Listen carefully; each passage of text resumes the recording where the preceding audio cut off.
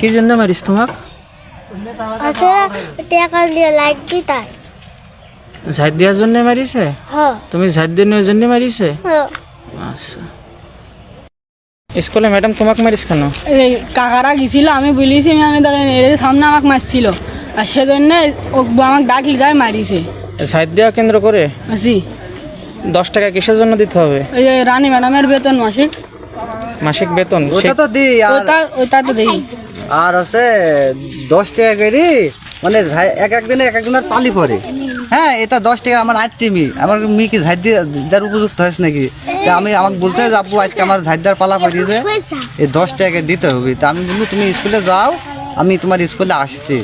হ্যাঁ, আমরা যাই বলছি, আচ্ছা গার্জেন পক্ষে যাই বলছি যে আমরা বলছি যে 10 টাকার ম্যাডাম এই কিরকম কি, আমরা মাসে মাসে তো 10 টাকার বেতন দিই রানীর, তা আমার মেয়ে কি আমি ঝাঁট দিবি? আবার রানী বলে আবার 10 টাকা চাচ্ছে ঝাঁট দেওয়ার জন্যে, এ কিরকম কথা? আমরা সব যাই আলোচনা করনো, এখানে মোর সাথে গেলে যাই আলোচনা করনো। তো স্যার বললো আচ্ছা ঠিক আছে, তোমরা এখন 10 টাকার মাসে মাসে দিবা, তোমার মেয়েটির আর ছোটো মেয়েটির আর ঝাঁট দেওয়া লাগবে না। আমরা এরকম একটা সমাধান করে চলে আসনো। যে আমরা চলে আসার পরে ঘন্টাখানেক পরে 3 জনাক মাইরি খোলা ফেলিছে। 3 জন 4 জন কইবার রাখছো না।